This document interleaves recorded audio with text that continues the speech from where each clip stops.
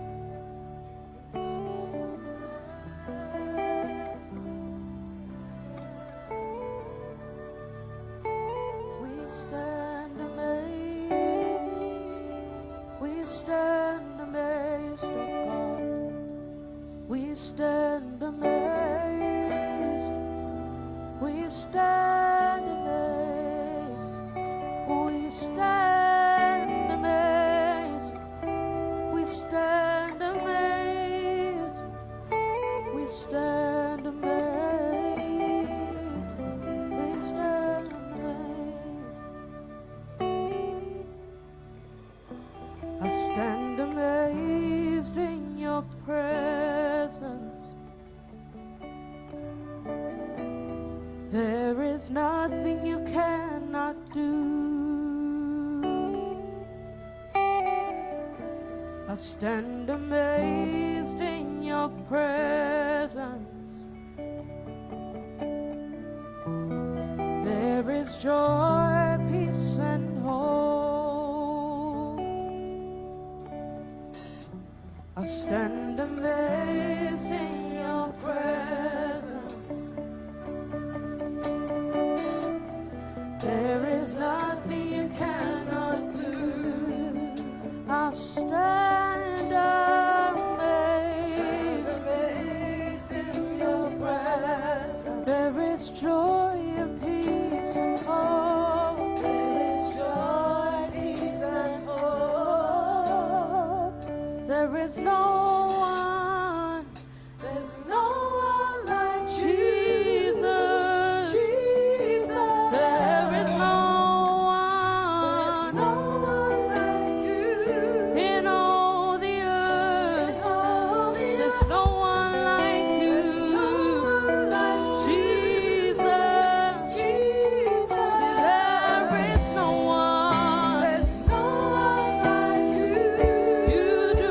My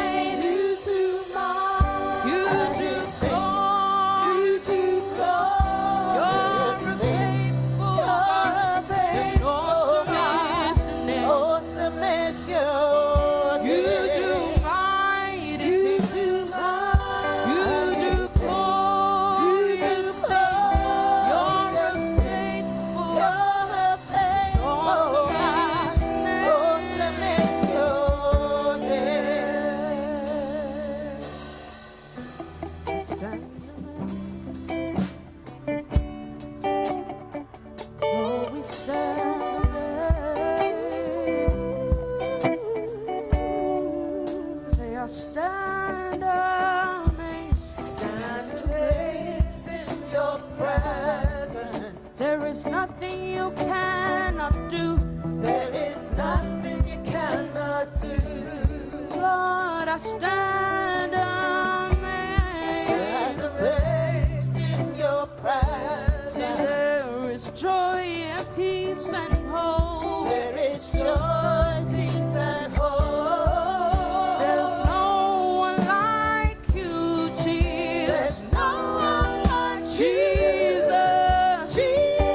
See, there is no one There's no one like you. in all the earth. In all There is the earth. nobody like you, No one like Jesus. Jesus. There is no one like you. No one like you.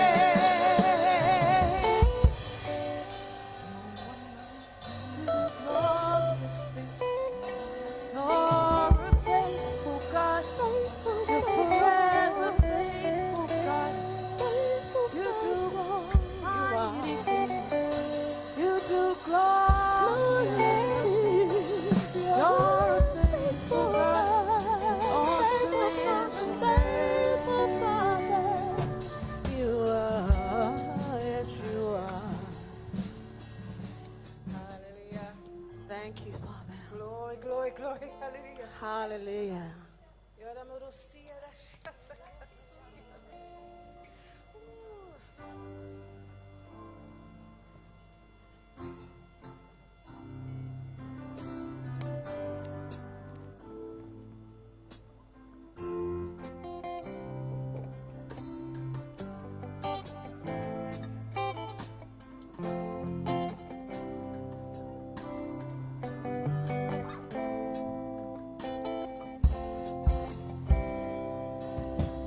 Faithful you are, faithful forever you will be. Faithful you are. Oh, your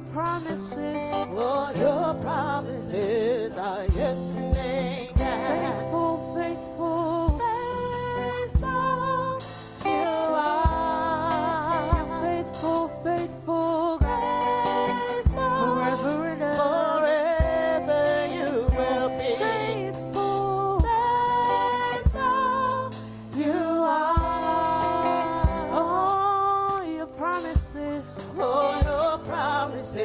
are yes and amen. Oh, your promises are yes and amen.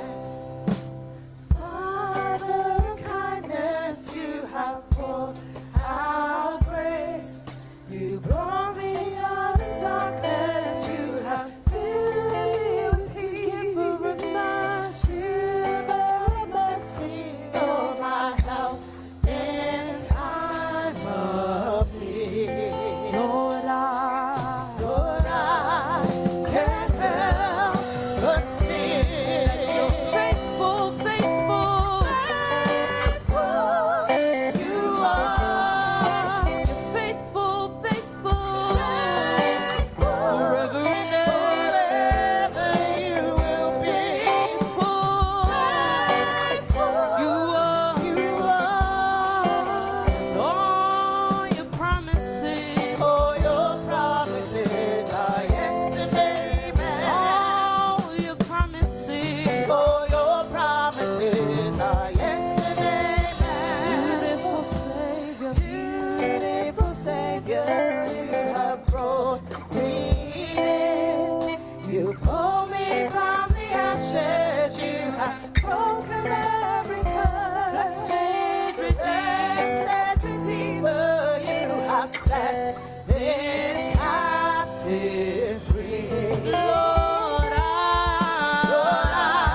can't help but sing. You are faithful, faithful you are. You're faithful, faithful, faithful forever you will be. Faithful you are.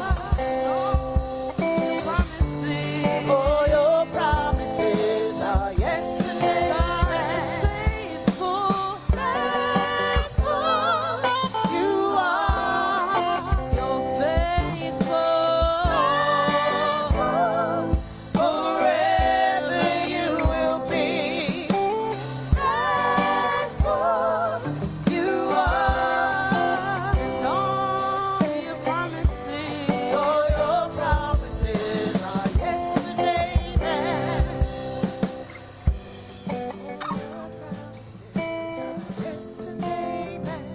And I will rest on your promises. My confidence is your faithfulness. Lord, I will rest in your promises. My confidence is your faithfulness. I will rest on your promises. And my confidence is in your faithfulness. Is your faithfulness. And I will rest on your promises. Your promises. And my confidence, it is your faithfulness.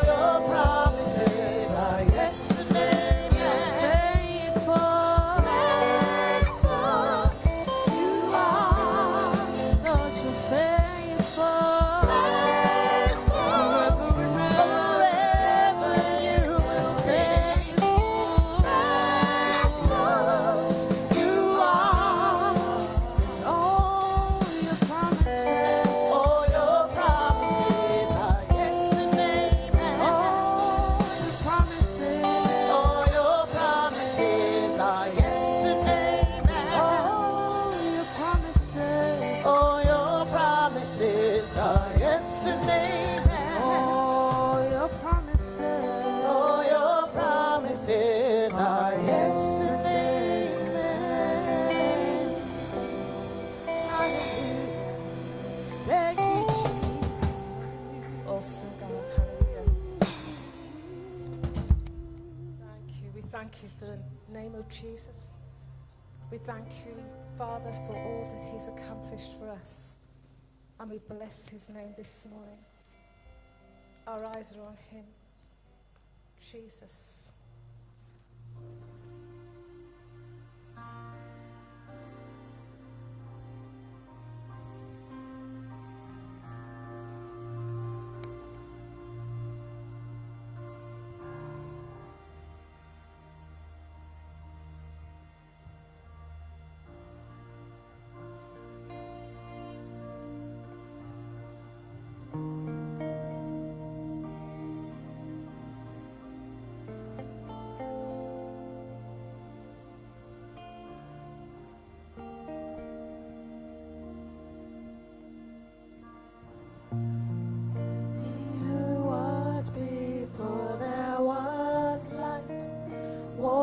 Across the pages of time, he who made every living thing, behold him. He who heard humanity's cry, left his throne to wake as a child. He became like the least of us. Behold him, Jesus, Son of God, Messiah, the Lamb, the roaring Lion. Oh, be still and behold him. He who dines with sinners and saints, healed the blind, the lost, and the lame. Even now he is in our midst. Behold him. He who chose the criminals and paid with blood to settle our debt, buried death as he rose to life. Behold him, Jesus, Son of God, Messiah, the Lamb, the roaring Lion. Oh, be still and behold him.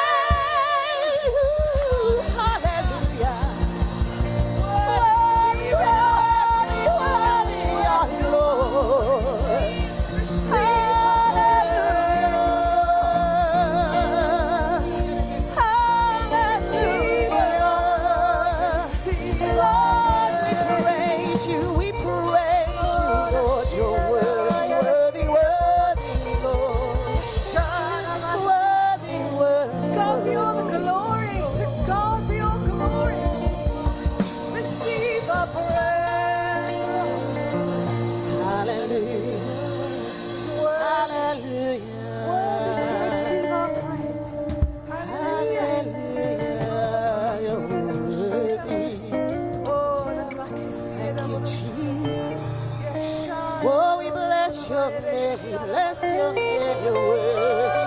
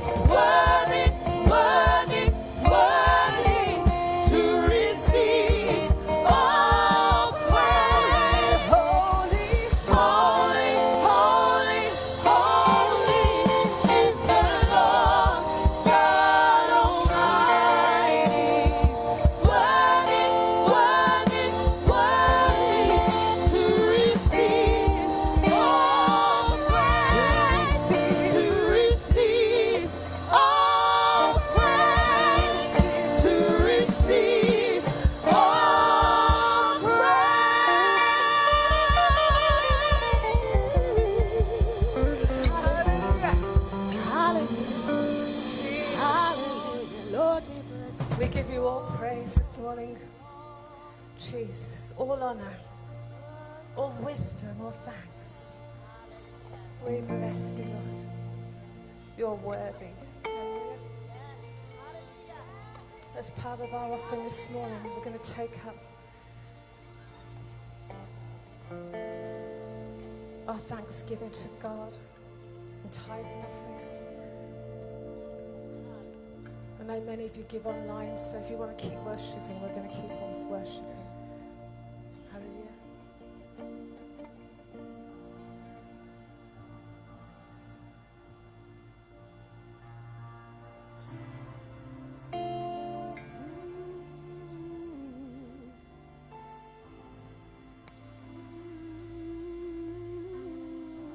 Yeshua is his name, the one who saves. Hallelujah.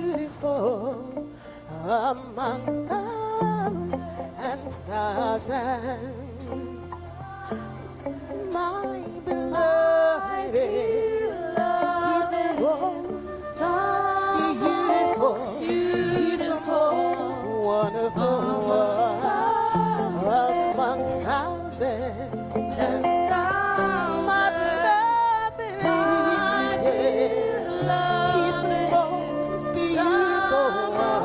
So holy, among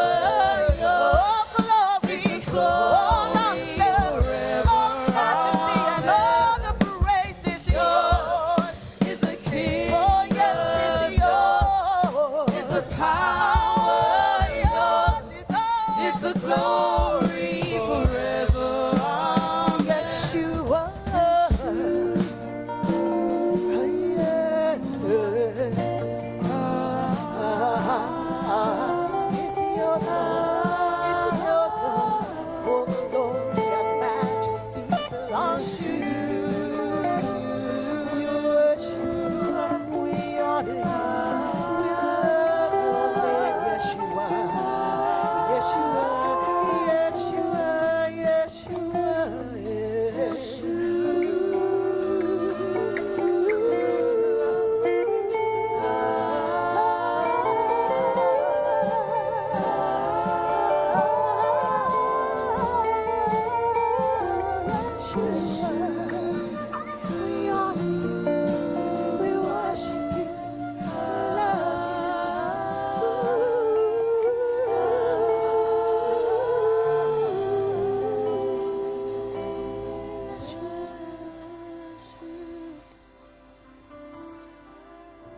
it's yours, Lord, all authority, all glory,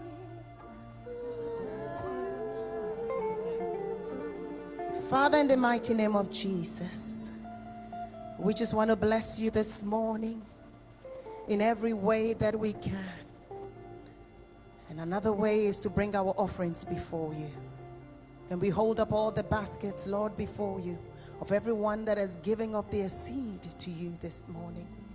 And I pray that, Father, Lord, you will pour out a blessing so great, greater than their expectation, greater than they ever imagined.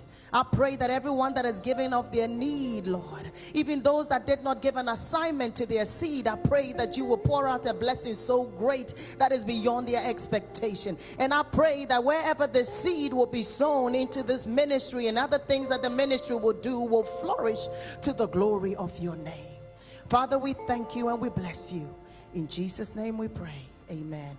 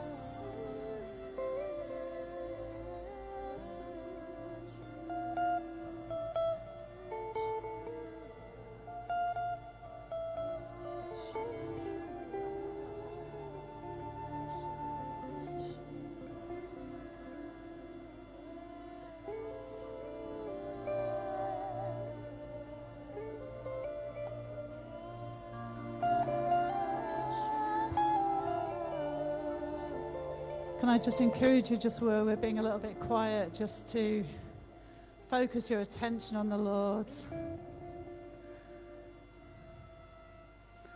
Before we were singing a song from Revelation chapter 5, where it talks about that there was silence in heaven while they were waiting to see if there was anybody that would be found worthy to open the scroll. And we sang about that song this morning, and we prayed about that this morning in a prayer room. And I just want us just to take a moment to still not just our physical bodies, but our minds as well. And just focus your minds on the Lord this morning.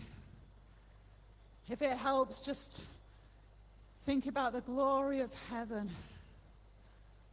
and Jesus sitting on the throne at the right hand of the Father.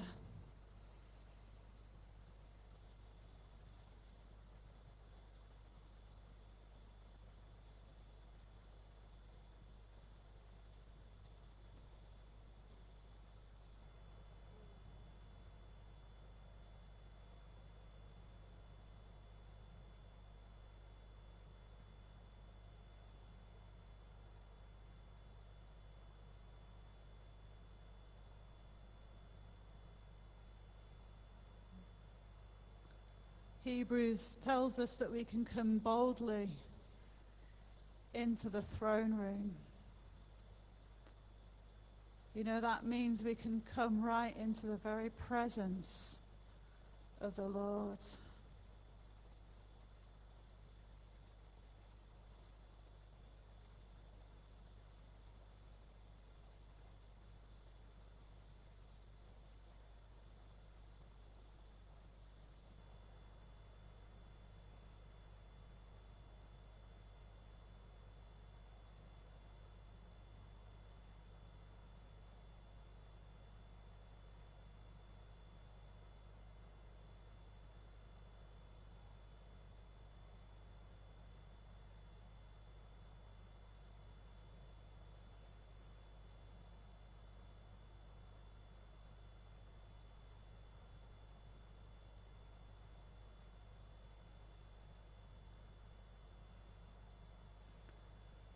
And would you join me quietly and just pray in your hearts?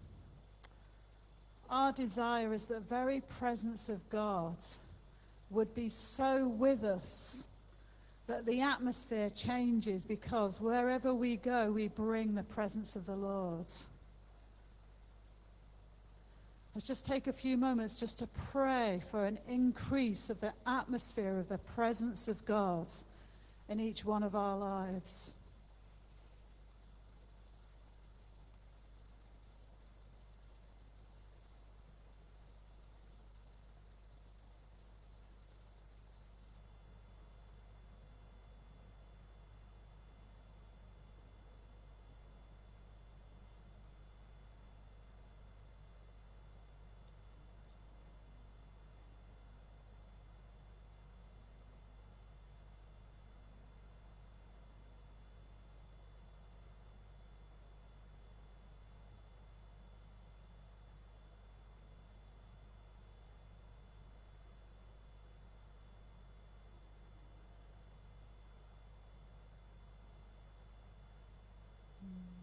Thank you, Lord.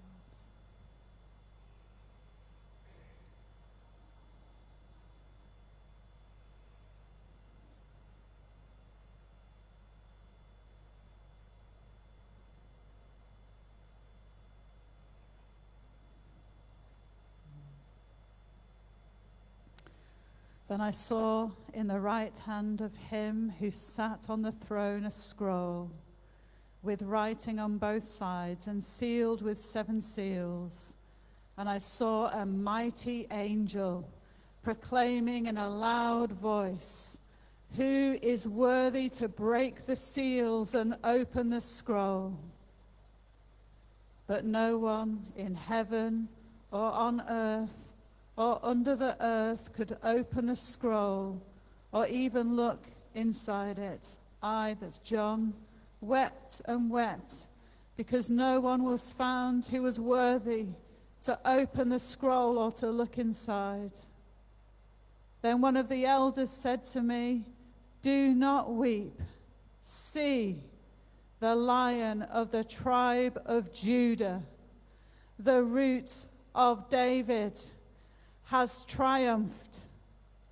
He is able to open the scroll and its 7 seals. Do not weep. See, the Lion of the tribe of Judah, the Root of David, has triumphed." Amen. Let's give the Lord a round of applause. Amen. Amen. Hallelujah. Thank you, Lord. Thank you so much, worship team. I'm just going to go through our notices for this week. But before I do that, have we got any visitors with us this morning? We always like to greet visitors with a round of applause. So if you're visiting, would you put your hand up and we can greet you? So I can see somebody who's a bit shy, but let's give them a round of applause anyway. Thank you. Do join us for tea and coffee and everything after the church. We're very glad that you came to be with us this morning. We have got quite a week in church this morning. We've got 7 different things going on, so I'm going to go through them reasonably quickly. So on Monday, we have our food pantry. Every week, our volunteers come between 3 o'clock and 6 p.m. All you need to do is bring a fiver, and for £5, you get a whole lot more than that, because we've got amazing shoppers in this church, and God has provided amazingly, and we have fantastic volunteers as well. You'll be greeted with a cup of tea and looked after while you wait as well. So that's on Monday between 3 and 6. Also on Monday, we have a special announcement this week, because we're doing the first of our evangelism training. And I think Martin is out at the back on welcome. But he's just asked me to remind you, if you want to come at 6:30, there will be light refreshments as well. And the training is 7 o'clock till 8:30. And that's this Monday, the 27th. And then the follow-up will be then on Monday, the 11th. And this one will be talking about your testimony and giving out tracts and things like that. So it'll be a great opportunity. So please come on Monday. We want to tell everybody about Jesus. So it's good to practice our skills at doing that. On Tuesday also, we have our coffee morning with Pastor Paul and his lovely wife Sarah. That's 10 o'clock, 10:30 even, till 1:30. And again, just come and be blessed.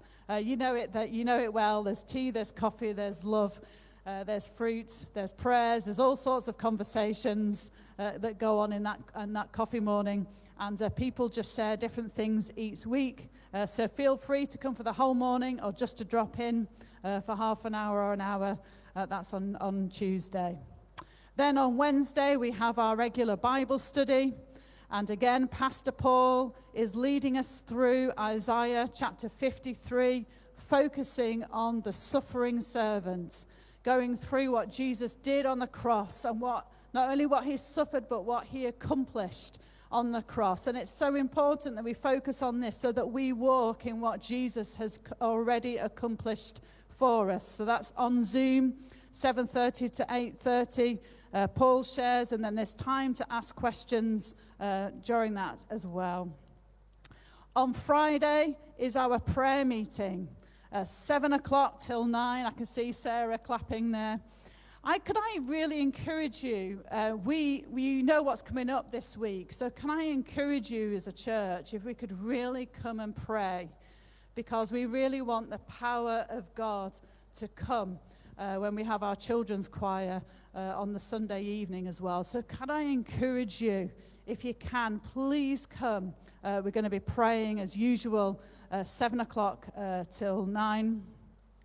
And also the other thing we really need to pray for as well is that the team are out doing their evangelism as well. So if you can put the next slide up for me as well. So the team are out on Saturday as well. Please come and join. That is at 11 o'clock. They meet outside of Big John's in Perry Bar, and 11 till 1.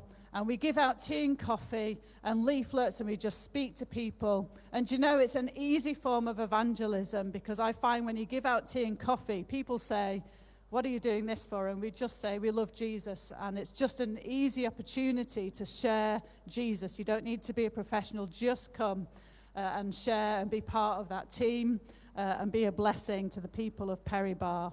And we've seen many people get prayed for. The gospel is preached. It's fantastic. Now also, this is what we have, our big event on the Sunday evening. So I have to think about this. I want the Watutu, is I saying that right? Go on. Watoto. Is it Watoto? Watutu, that's it. Watutu. Right, okay. We've got different ways. We'll know for sure in a couple of next Sunday. Now, I just want to take a bit of time to talk about this because it's going to be a fantastic event. Now, I've put some flyers out. There's two different sizes. There's this one and there's the smaller one. Can I encourage you, please, to, one, book your ticket yourself. If you've not booked, the Eventbrite code is there. And the details are there. Please book yourself, because we're expecting many people to come. And please, will you invite people? Start praying about your neighbors, your friends, your family. Can I encourage each one of you to say, do you know what, I'm going to invite at least one person to come with me on the Sunday evening. Now, we're believing that God is going to do great things. Bev and I were talking about this in this week. And this children's choir are absolutely amazing. We're going to send some videos out on the group chat so that you can see. And Bev was telling me that she uses some of their songs herself with the children that she teaches. And it's not to be missed. It's going to be absolutely fantastic. It's world class. It's world class. They tour the country and they're coming to our church. So I want us to make the most of this opportunity and prayerfully invite people. We're also looking for people to be involved as well, because we want this to be such a great welcome. We want people who come to feel loved when they come straight away. And so we just want to ask as well if you're happy to help out with welcome. Also, we want to welcome the children's choir with food and other bits of things. So would you contact the office if you're happy to help with that? And also, I think we still need some accommodation. Am I right, Denise? So a few people have come forward to open their homes. So the choir is coming on the Sunday, and we need people for them to stay over on the Sunday night. Then they're having a day of rest on the Monday and staying as well on the Monday night. So it's 2 days. And often it will be an adult with maybe 2 children. So ideally we need 2 rooms. Now, just so you know, in our house, because you know we've just moved in, we've got a mattress on the floor. That's the reality of it, of our spare room. And we've got a put-you-up bed in our dining room. So we've said, this is what we've got. And they've said yes to that because they're coming with all of their sleeping blankets and sleeping bags and everything else. So even if your house isn't perfect, could I say, please, would you open up your house to that? Would you let Denise know? I think we're still looking, how many accommodation are we looking for at the moment? We're still looking for 4. So 5 people have come forward. So if you've got a place, you could take somebody. Could you please let Denise know? It's quite urgent, isn't it? Because we really need to know where we're putting these families, and we're just trusting God that this provision will be there. If you know a friend as well, or somebody who's a lovely Christian who can, just let us know, because we really want to make sure we look after the children's choir, and we're going to have a fantastic time. I'm really believing God for a great time. Just a couple of other announcements as well. We're having a ladies' breakfast with a lovely Jill Gifford on the 9th of May. That's a Saturday morning. We're doing a bring and share breakfast. Patience and I will put something out on the ladies' chat a bit nearer the time, but a date for your diary, 9 o'clock till 12, breakfast with Jill. And that's going to be fantastic. And I'm also very delighted that our lovely Trudy is back this morning. Trudy and Darren and the family have been all over Africa, just preaching the gospel, looking after orphans, amazing things. And we're very excited because we're having the Holme conference here at Livingstones on the 22nd and the 23rd of May with Sister Cindy Trim as well. I'm very excited as well because some of my friends know about Sister Trim as well, and they rang me and said, we're coming, Ruth, we've heard. So it's just fantastic that people are coming. We're going to have a fantastic day together. The Friday night is free. The Saturday is £50 for a whole day of training, and that's a bargain. And so I just want to say, please come and be blessed. And I'm sure Trudy will be here to share more about that as well. So that's the dates for the diary. I think our children and young people can go to your classes now, and we'll welcome Gustav up. Thank you. God bless.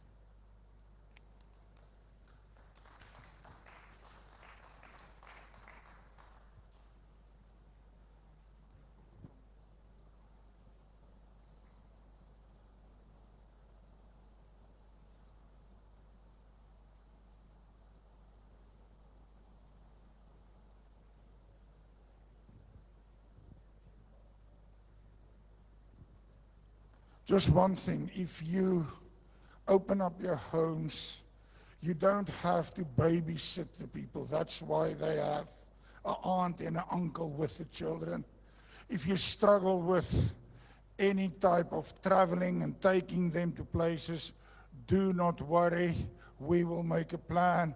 I am giving my time in my car, so I'll take people wherever they need to be. So all we basically ask, a safe place with a roof over their head. We'll try and give them food from the church. But it is such an opportunity. These guys are amazing. Okay? Please, please, please. If you can do anything about it, it will be brilliant. So today we do lesson 32. We look at Acts 13, verse 4 to 12. And I'm going to ask you a favor today. Hear what I'm saying. Don't hear what you think I am saying. And the other thing what I'm trying to say is, take time. Let the Spirit flow through you. I'm going to do my best not to get excited and bang and jump up and down because it's too important today. For 40 minutes, concentrate on the Holy Spirit, not on me. Let's pray. Father, we come before you with holy reverence. You are the sovereign Lord. You are the maker of heaven and of earth. You are the one who rules over nations and hearts, the God who speaks, who sends, who saves, and who sustains. There is none like you. Lord Jesus, we honor you. You are the center of our faith. You are the Savior of our souls. You are the light that shines in darkness. You are the Lamb who was slain. But you're also the King who reigns forever. Every breath we take is by your grace. And every hope we hold is in your name. Holy Spirit, as we come down and we focus on you, God, we welcome you, Holy Spirit. We know you are here, but Lord, we open ourselves up. We surrender. Come and move amongst us. Soften our hearts. Open our ears. Let us see you, Lord. Awaken our faith. Come and glorify Jesus in this place this morning. So, Lord, prepare us for your voice. Lord, let us feel your manifested presence. Lord, prepare us that we can take hold of your power. Prepare us to hear your call so that Christ may be exalted. May the Spirit be freshly poured out in this auditorium. May the Father be glorified. And may us as a church, Livingstone, be awakened. We pray this in your marvelous, mighty, and matchless name of Jesus Christ our Lord. Amen and amen. So today, if you want title Power Encounter in Paphos. Whenever we, Ruth and I, do premarital counseling, wish Martin was here, then he knows exactly what he's in for. I always talk about realistic expectations. Expectations shapes experience. If a couple enters marriage thinking it will be effortless and blissful, they will be shocked when the reality hits. But if they enter with realistic expectations that there will be joy, deep, deep joy, but also challenges, mostly of our own making. If they are prepared for that, they will thrive, especially if Christ is in the center. Now, the same is true when people get saved. Many people come to Christ because sometimes in our zeal, in a sense, in our zeal to share Jesus, we try and make things easy, if I can say it that way. Because we say to people, you know what? Come to Christ. It's a peaceful stroll in the garden. They hear about the joy. They hear about the peace. They hear about the blessing. They hear about the abundant life. All, thankfully, which is gloriously true. But what they often do not hear is that following Jesus also means, to use a really bad worldly word here, to put on your big boy pants, because you step out of your comfort zone into a battlefield. It is true that the Christian life is a life of mortal combat with the enemy of our souls. And nowhere is that clearer illustrated than in Acts 13, verse 4 to 12. This passage is not a gentle devotional. It's a collision. A clash between the kingdom of God and the kingdom of darkness. A confrontation between the Holy Spirit and a demonic counterfeit. A moment where the gospel advances and hell react, and guess what? Then retract. So let's read our scripture. So being sent out by the Holy Spirit, they went down to Seleucia, and from there they sailed to Cyprus. And when they arrived in Salamis, they preached the word of God in their synagogues of the Jews. They also had John as their assistant. Now, when they had gone through the island of Paphos, they found a certain sorcerer, a false prophet, a Jew whose name was Bar-Jesus, who was with the proconsuls Sergius Paulus, an intelligent man. This man called for Barnabas and sought to hear the word of God.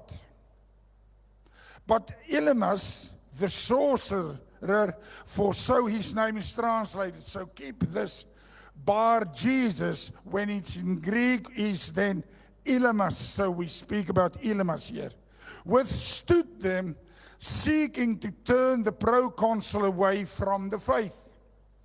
Then Saul, who also is called Paul, filled with the Holy Spirit, looked intently at him and said, "Oh, full of all deceit and all fraud, you son of the devil, you enemy of all righteousness, will you not cease perverting the straight ways of the Lord? And now, indeed, the hand of the Lord is upon you, and you shall be blind, not seeing the sun for a time." And immediately a dark mist fell on him, and he went around seeking someone to lead him by the hand. Then the proconsul believed when he saw what had been done, being astonished at the teaching of the Lord. That's our scripture. Amen. So Acts 13 is like a hinge in the book of Acts. A turning point in the story of the early church. Up to this point, the gospel has been spreading, but mostly within Jewish circles. Now, for the first time, the Holy Spirit himself sends out missionaries. We've done it last week. Barnabas and Saul was to take the gospel intentionally into the Gentile world. And that's the birth of Christian mission. And the very first thing they encounter was not, our heroes, Paul, Barnabas and Saul. No. They did not encounter applause. They did not encounter open doors, because it's not an easy ministry. All they found in the beginning was spiritual resistance. Now, friends, we can take a little leaf out of the book here. Because whenever the gospel advances and where the Spirit moves, the enemy is bound to manifest. This passage is not just history. It's a template and a model for our personal Living Stones Spirit-filled ministry.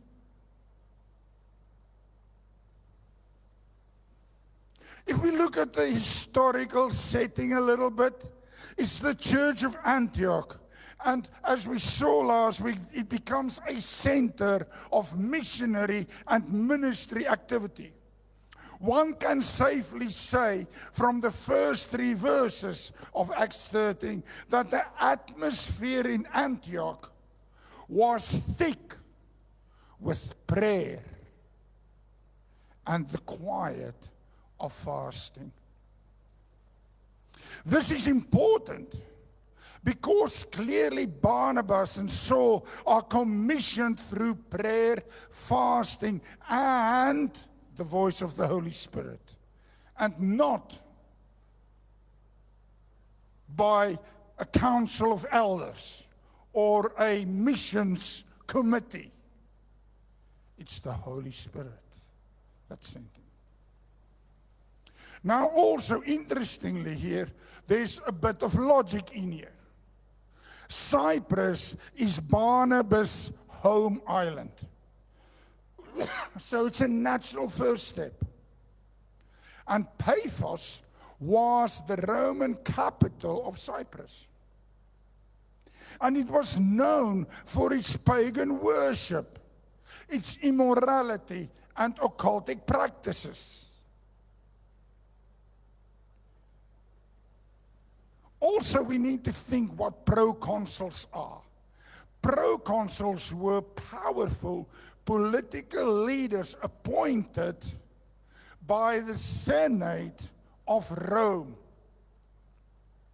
Sorcerers, or then magoi were common in Roman courts. They were seen as the spiritual advisors, the astrologers, and the practitioners of the occult, so that the leaders can make decisions. Judaism was respected in the empire. So, if you were a Jewish sorcerer, a Jewish sorcerer, like Elymas, you were an influencer. If that person was on TikTok or X or whatever, he would have had millions of people following him.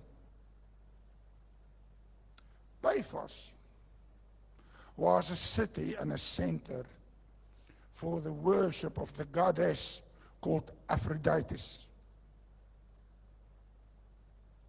the god of procreation.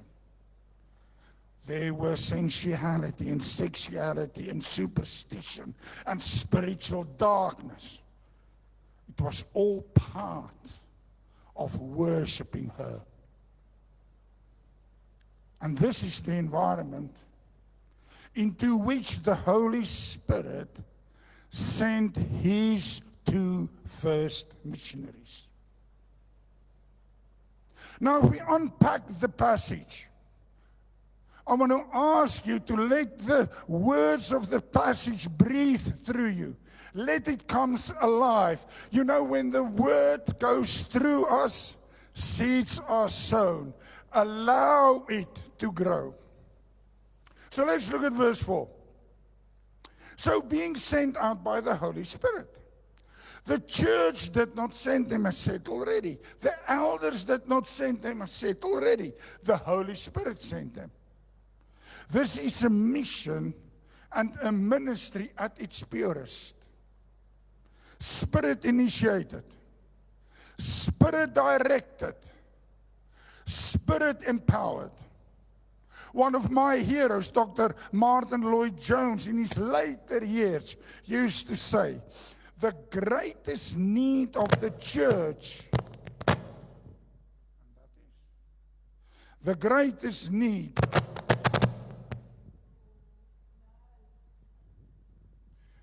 Hello?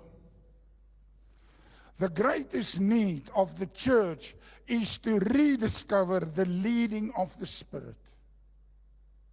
And then he follows it up later in his writing. He say, and he used this passage, say, this is the first great sent out moment of the organized missionary church. They did not move because they had a good idea. They moved because God spoke. It's clear, mission does not begin with movement. It begins with the Holy Centered speaking, the Holy Spirit speaking. We hearing, get a backbone and do. Verse 5, they preached the word. They had a very simple message and a very simple method. They didn't go to Bible college. No, all they did is preach the word. No gimmicks, no marketing, no manipulation, no wonderful big posters of Gustav du Plessis, the greatest preacher on earth. Hallelujah. Praise God. Shame. Just the gospel. This is consistent with what Dr. Luke also writes in the book of Acts, chapter 2, chapter 3, chapter 8, and chapter 10. So far, just read. It's all about the gospel. The word of God is central. Theologian Warren Wiersbe say the early church didn't depend on programs. They depended on the power of the gospel. Verse 6. They found a certain sorcerer. Ooh. Now things become interesting. Wherever the gospel goes, the enemy tries his best to resist it. Here is the person of Elymas, and he is a sorcerer. He is a false prophet. He is a spiritual influencer. He is the chief manipulator of the governor. He was religious, but not righteous. He was spiritual, but that spirituality was not surrendered to God.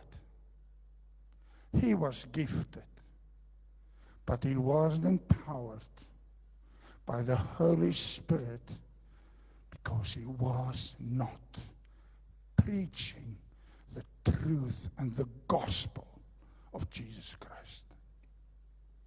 Now take note. Put this in the back of your mind.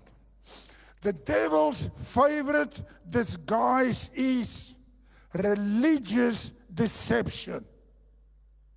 I know a person who will, if you read what they say, it looked like she said, because it's all about the Spirit and about the light, but it's nothing about Jesus. Sometimes you get verses during the day from Christian preachers, and it can just as well be like a fortune cookie. It's just make certain Christ is in the center. Paul warns in 2 Corinthians 11:14, Satan himself transformed into an angel of light.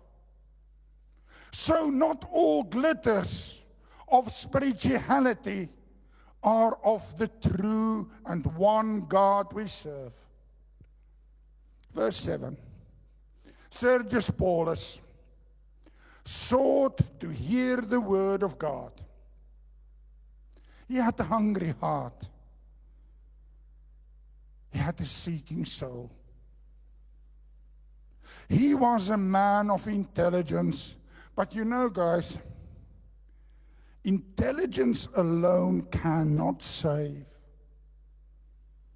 God was drawing him near, which is very biblical, because if we read in John 6:44, it says, no one can come to me unless the Father draws him.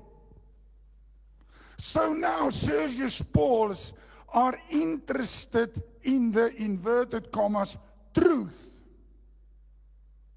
But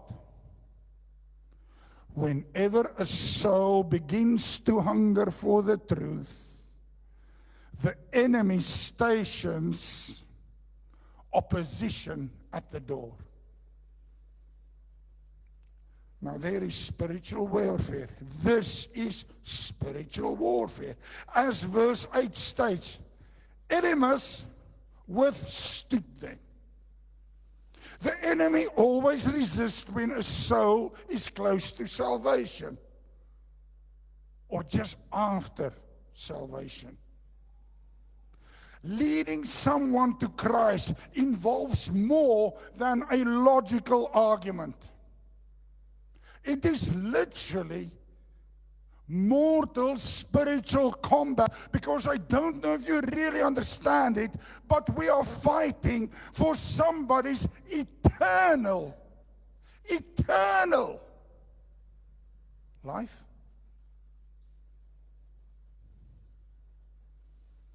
Luke 8:12 says, the devil comes and takes away the word from their hearts. Thessalonians 2:18 say, Satan hinders us, Paul writes. This is also true in Corinthians, 2 Corinthians 4 verse 4. The God of this world has blinded the minds of unbelievers. That's what we fight. So Elymas was not just a nuisance. He is literally a spiritual obstruction. Verse 9. Then Saul filled with the Holy Spirit.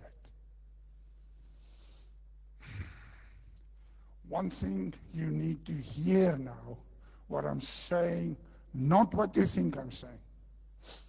We are, if you are filled with the Holy Spirit, you are filled with the Holy Spirit. And you will know it. And Hebrews 13 verse 8 are very clear. God will never leave us nor forsake us. However, if you look in this verse 9, the Greek verse indicates a present continuous state. So it means that Paul had a fresh or a specific anointing or filling of the Holy Spirit at that moment. It can be called a moment-specific empowerment. R.T. Kendall calls this the anointing for the moment. Paul receives a special grace, so he is not acting in anger. He is acting under and fully under the Spirit's authority. A lesson for us is that to confront the darkness of our age, we cannot rely only on yesterday's anointing. We need to be prayerfully acting every day and say, Lord, use me, but use me not in my own power, but in your power, Lord. I surrender. Paul was seized by holy indignation, a righteous fire. In verse 10 he says, isn't this is not very nice. It's in the Bible. You son of the devil. Strong words. But Spirit inspired. In those words, Paul exposes Elymas totally. He exposes his deceit. He exposes his fraud. He exposes his opposition to true righteousness. Twisting of God's ways, most probably for personal gain. Friends, it's nice to be nice. It's nice to be patient. But sometimes it's imperative that the truth of the gospel and the light of Christ must challenge and confront evil and sin. Wrong is wrong. Jesus confronted the Pharisees in Matthew 23. Peter confronted Simon the sorcerer in Acts 8. Paul now confronts Elymas in Acts 13. So Paul is not being harsh here. No. Paul is being faithful. Verse 11. The hand of the Lord is upon you. Judgment falls. And blindness hits Elymas. And if I can sound like Martin Lloyd-Jones when he preached in his days, it was, oh, brethren, the irony that the blindness should mirror Paul's own conversion of Acts 9. We know from Scripture what happens to Paul. So we can say that God is not cruel. He is revealing truth in human blindness. So sometimes it's good to get a smack. The blindness that fell on Elymas was a physical manifestation of his internal reality. Elymas was leading people into darkness. So God plunged him into that darkness. There is a parallel with Exodus 8:19 where it says, it is the finger of God. It's God showing God's authority. Now we don't know what happens to Elymas later on. I suggest that he would be seeing, because the word suggests that later on he will see. We don't know where he goes. But I tell you one thing, if God deals with you that way, it will be wise to submit and surrender. Verse 12. Then the proconsul believed. The miracle opened the door. The teaching of the gospel sealed the faith. One can argue that miracles attract attention, but only the hearing of the word produces faith. Romans 10:17 say, faith comes by hearing. And if you think about it, miracles is not alone needed or strong enough to keep you with God. The Israelites had all the miracles in the world. Food given, shelter during the night, fire by the night, meat every week. And they still didn't believe.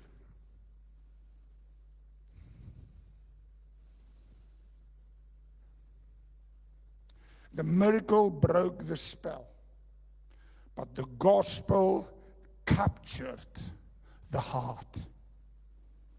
The goal of every power encounter you and I will have with anyone is not for a spectacle. People do not have to fall down.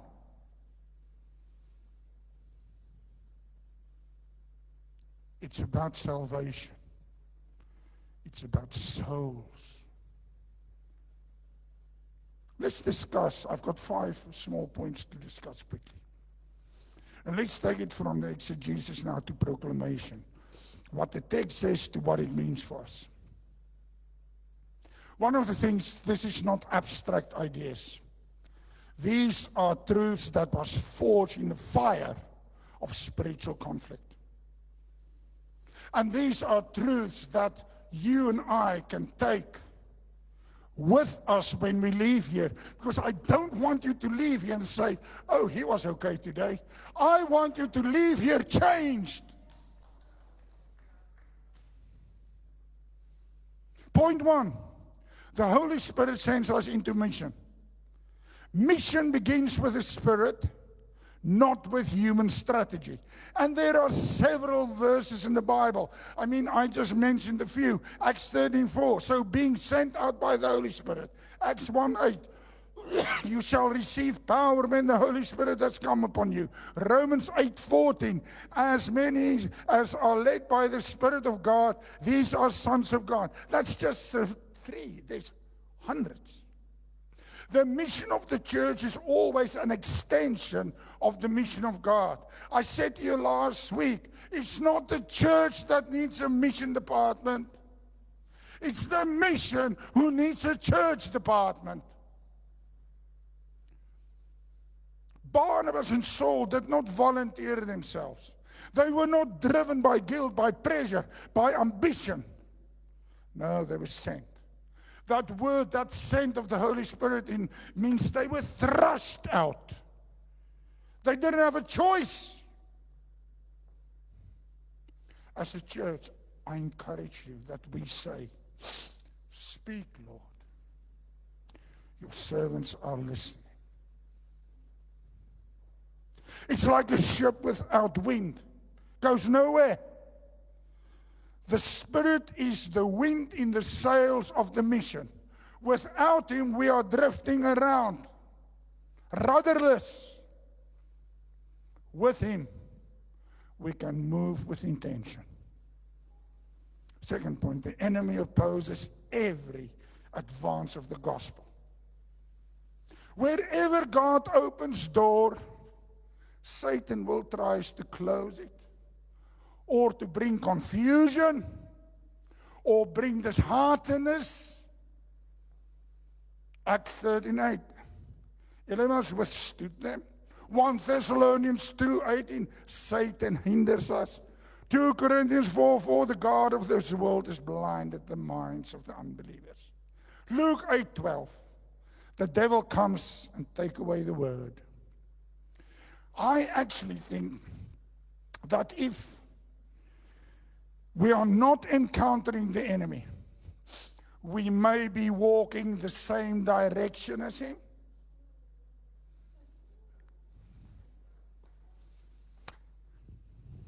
Elimas is not just a nuisance.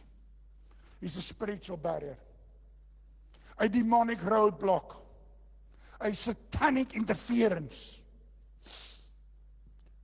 Whenever somebody like Sergius Paulus begins to hunger for truth, the enemy sends Elimas to whisper lies. It's never openly. We should not be surprised by resistance. Do not interpret opposition as failure. Do not assume difficulty means that we are out of God's will. Often difficulty means that we are right in the center of God's will. It's just not His timing yet. When you turn on the light in a dark room, in Africa, insects scatter because there's lots of insects. When the gospel shines, darkness disappears. Darkness, friends, seems scary. Darkness seems as if I need to be frightened. But all you need is a small flame of a match to bring light and sight. And all fear is gone. Opposition is not a sign that we are losing. It's a sign that we are advancing. Point 3. The Holy Spirit empowers us for battle. We fight spiritual battles with spiritual weapons. Acts 39, Paul filled with the Holy Spirit. Ephesians 6, 10 to 18, put on the whole armor of God. Zechariah 4, 6, not by might nor by power, but by my Spirit. Acts 4, 31, they were all filled with the Holy Spirit and spoke the word with boldness. Paul did not confront Elimas with intellect, or with his personality, or with his education, or with his experience. He confronted him with a specific fresh anointing of the Holy Spirit for that moment. He was already anointed, as we are, but in those specific challenging warfare moments, we need total Holy Spirit guidance. As Pentecostals believers, we are anointed. And if you are not, I beg you come forward so that you can be baptized by the Holy Spirit. And I remind you again of Hebrews 13:8. God will never forsake you. He will never leave you if you are His child. But we are encouraged to do nothing without the constant anointing of the Holy Spirit. It's a little bit like a phone must be recharged. And so must we as a believer. Sometimes even coming to a church service, or to a prayer meeting, or to a Bible study, or to a cafe morning, or to a men's ministry, or to worship practice. Because you cannot call today's people on a flat battery from yesterday. The Spirit does not send us only, He strengthens us. He's known as the Paraclete, but He's also known as a dunamis, the power. The Word of God is our greatest weapon. Miracles may open our eyes, will get our attention, but the Word opens our hearts. We look in our scripture, verse 12, the proconsul believed, being astonished at the teaching of the Lord. Hebrews 4:12, the Word of God is living and powerful. Romans 10:17, Faith comes by hearing. Jeremiah 23:29. It's not my word like fire and like a hammer that breaks. Is it not my word like fire and like a hammer that breaks the rock? The miracle broke the spell, but the teaching of the Lord captured the heart. We have to preach clearly. We need to teach faithfully. We need to share boldly. I beg you, do not dilute the gospel. Do not apologize for the truth. It's like a surgeon's scalpel. Sometimes it needs to cut to heal. The word cuts to save. It exposes. It convicts. It reveals. But God only knows how wonderful He is, because it restores with the power of God and the Holy Spirit that you are 10 times better when you're healed. Signs may point to Jesus, but the Word makes us understand and brings us to Him. So, point 5. God always wins when light confronts darkness. It's not really a theological statement. That's me on the paper there. The gospel never loses a battle.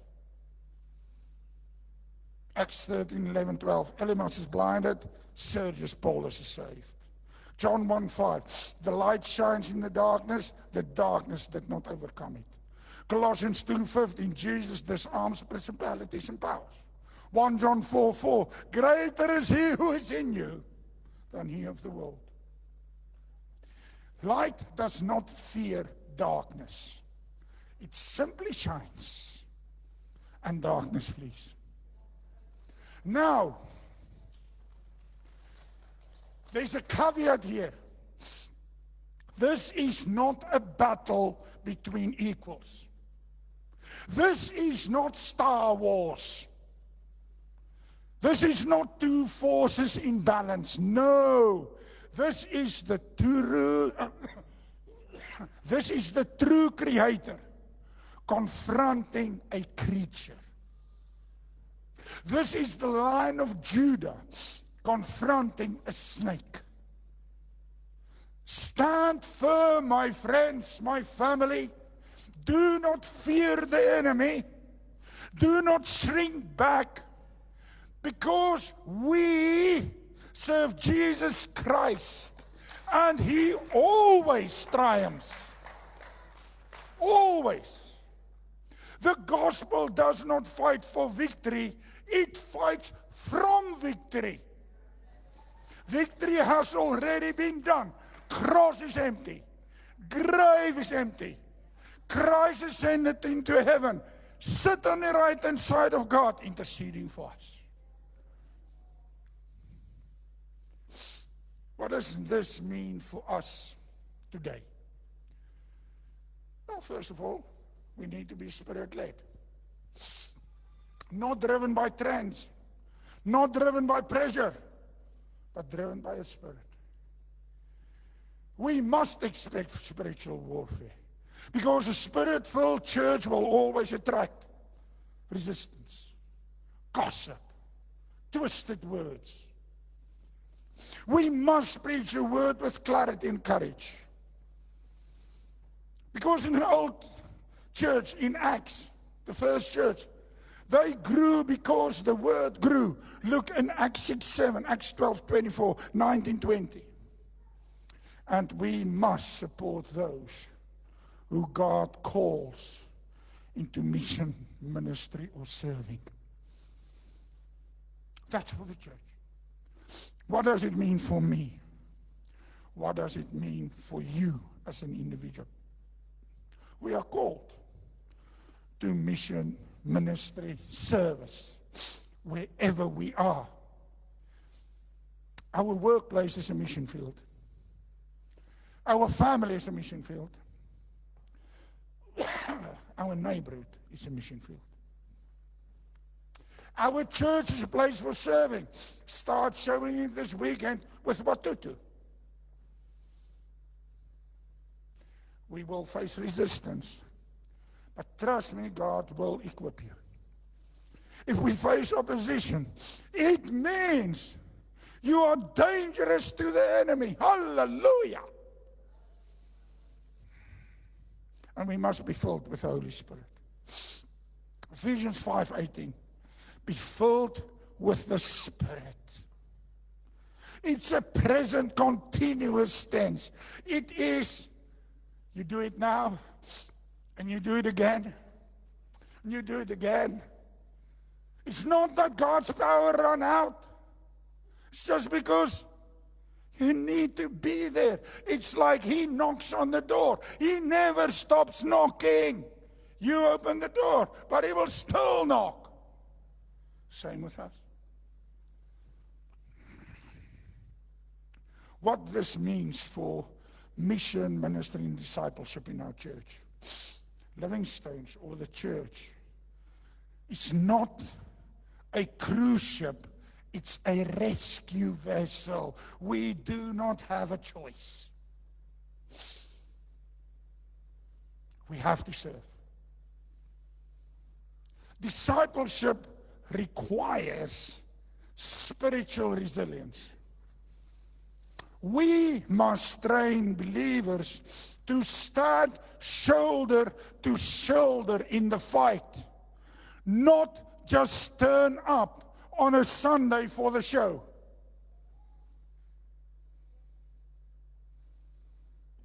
Evangelism is spiritual warfare. Pray accordingly. We do not argue people into the kingdom. We sow the seed and pray them in. The Spirit still sends. It still speaks. It still empowers. And it still confronts. My friends, when we read the book of Acts and we study through the book of Acts, it's not like we are archaeologists and we're looking at a museum piece. No. It's a blueprint. It's a model for now, for this church, for the bigger church. Now, we've investigated this passage together. From Antioch's prayer room to Paphos' battleground. We have watched the Spirit send. We've seen the enemy resist. We've seen the apostle confronts and the gospel triumphs. But now the question is not simply what happened then. I tell you now, the question we should ask is, what is the Spirit saying to us now, to me now? Because as stated before, Acts is not a museum piece. Acts is a mirror. It's a model. It's a mandate. And the Spirit is speaking through this passage a prophetic word to us. With urgency. With urgency. So firstly, the call is simple, but it's not easy. One word, surrender. One word, surrender. Not partial surrender, not the polite British surrender. Act like you mean it. Not a Sunday morning surrender with your Sunday morning smile. A wholehearted. And I think of my friend who constantly tell me, you need to have joy. So it's a joyful surrender. It's a costly surrender to Jesus Christ. Barnabas and Saul was not casual believers. They were not spectators. They were not consumers. They were surrendered. They fasted, they prayed, they listened. And most of all, they obeyed because they said, yes, Lord, before they even knew the question. And they did. Spirit still speaks this way today. He still calls people like you and I to deeper surrender. He still whispers, separate yourself unto me. He still say to me this morning, lay down your plans, your preferences, your comfort, your control. Just follow me. The Spirit is calling some of us to a deeper yes, a deeper obedience, a deeper consecration, a deeper devotion, a deeper walk with Him. You see, sadly, some of us has been living with one foot in the kingdom and one foot in the world. Some of us has been holding back in areas of our life. Is it our time? Is it our habits? Is it our resources? Is it our relationships? Or is it our call? But the Spirit today is inviting you and me today. Give me everything, and I will give you my whole self. I will look after you in your whole, and I will give you everything if you give me all. He calls us to a Spirit-led living, secondly. Live by the Spirit, not by impulse, not by fear, not by pressure, not by culture, not by convenience, not by popularity, but by the Spirit. Acts 13 begins with the Spirit speaking. It continues with the Spirit sending. It climaxes with the Spirit filling. And then it ends with victory. The Spirit is not a footnote in this passage. He is the main character. And He has to be the main character in your life and in my life. If we live in the Spirit, let us also walk in the Spirit, Galatians say. This is not optional. This is not only for the super spiritual. This is not only for pastors. This is not only for missionaries. This is not for the people in ministry. This is for every believer. Say to yourself loudly, this is for me. Say it. Believe it. The Spirit wants to lead us. The Spirit wants to fill us. The Spirit wants to empower us. The Spirit wants to speak us. The Spirit wants to use us. The Spirit wants us to be in victory. But we need to surrender. But one thing is, He won't force Himself on us. He waits for our surrender. Then He calls us for courage in the face of darkness. That's the third bit. Paul did not flinch. Paul did not retreat. Paul did not negotiate. Paul did not apologize. He stood firm. He stared into the face of danger and he spoke. He confronted. You son of a devil. Not in arrogance, not in anger, but in Spirit-filled authority. Some of us has been intimidated by the enemy. Some of us have been silenced by fear. Some of us has been discouraged by resistance. Some of us has been overwhelmed by spiritual pressure in church and with duplicity of so-called friends speaking against us. Some of us have been overwhelmed.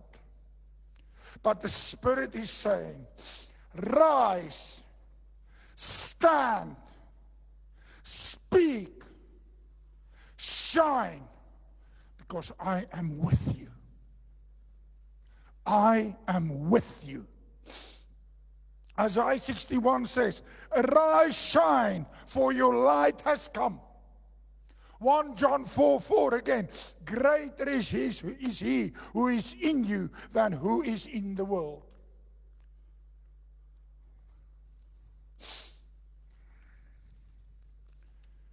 The Spirit says, Romans 8:31 says, if God is for us, who can be against us? I want you today, when you get home, look in the mirror and say, I'm not weak. I am not weak. I am not alone. I'm not powerless. I am not outmatched. Because I carry the same Spirit in me, if I'm Spirit-filled, than the Spirit who raised Jesus from the dead. That's the power in you and me.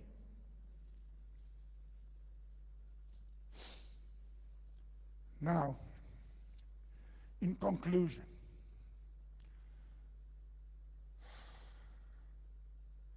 be quiet for a moment. I'm not going to do an altar call. I'm not even going to ask you to lift your hand. I'm going to ask you and trust you that you will take the step in your spirit to move to Christ if you feel you have business to do with God.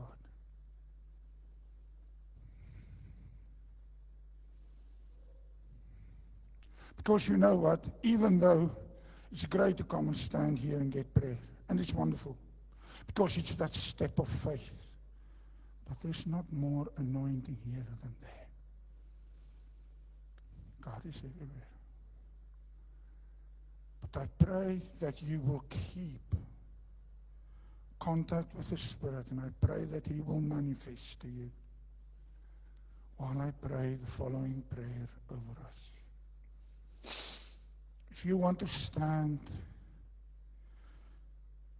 if you want to kneel, if you want to hold hands with somebody, if you feel the urgency to pray out loud, go for it. Be free. Be free. Father God, I come to you now with open hands and an open heart. I surrender afresh. I lay down my pride. I lay down my fear. I lay down my excuses.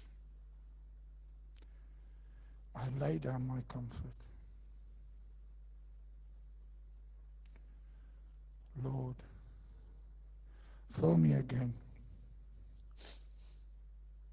Empower me again. Ignite me again. Light the fire, Lord. Refresh me. Refresh me again. Strengthen me. Give me a smooth tongue and the boldness to speak. Give me courage to stand. Give me discernment to see. Give me the knowledge that I have the authority in you to confront darkness. Give me compassion to love, and give me wisdom to lead. Break every chain of intimidation. Break every lie of the enemy. Break every bit of fear in me. Break every pattern of compromise.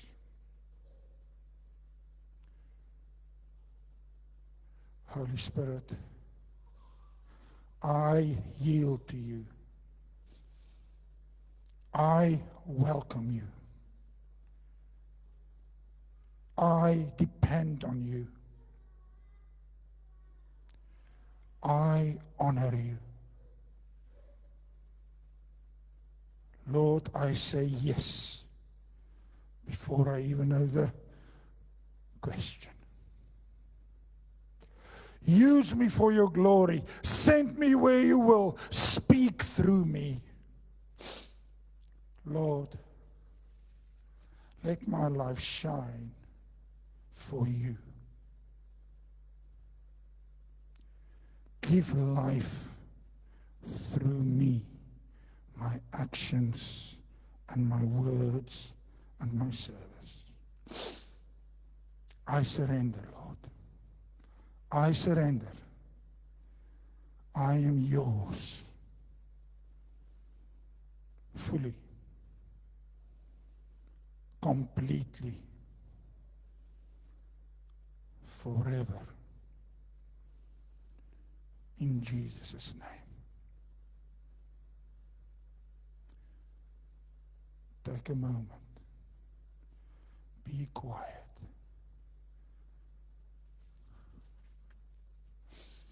Let those truths sink in.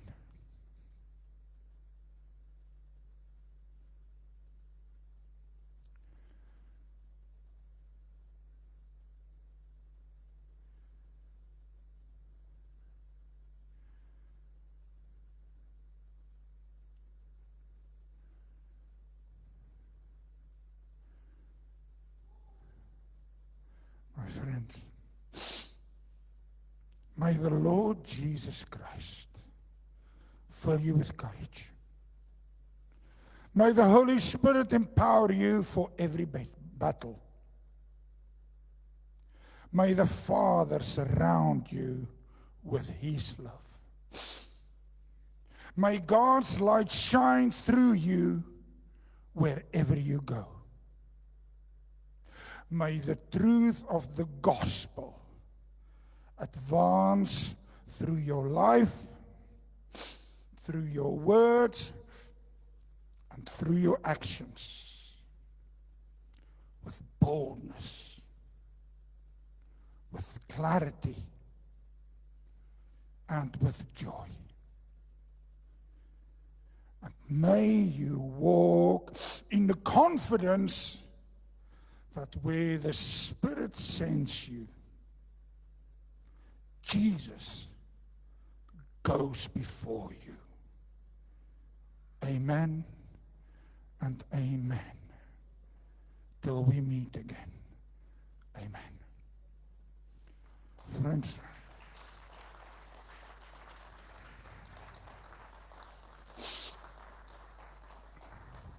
anybody wants prayer, please come forward. We will pray, Ruth and I and Paul. And there's coffee and tea. Don't rush away. If you're alone, you need to chat, grab somebody and say, hey, who are you? What are you doing? How was your week? God bless you. Thank you for your patience. And may you have a wonderful week. And may the blessings of God really be so much and so a lot that sometimes you get actually bored how good God is. Not really. He can never be too good. But enjoy. God bless you guys. Ta-da.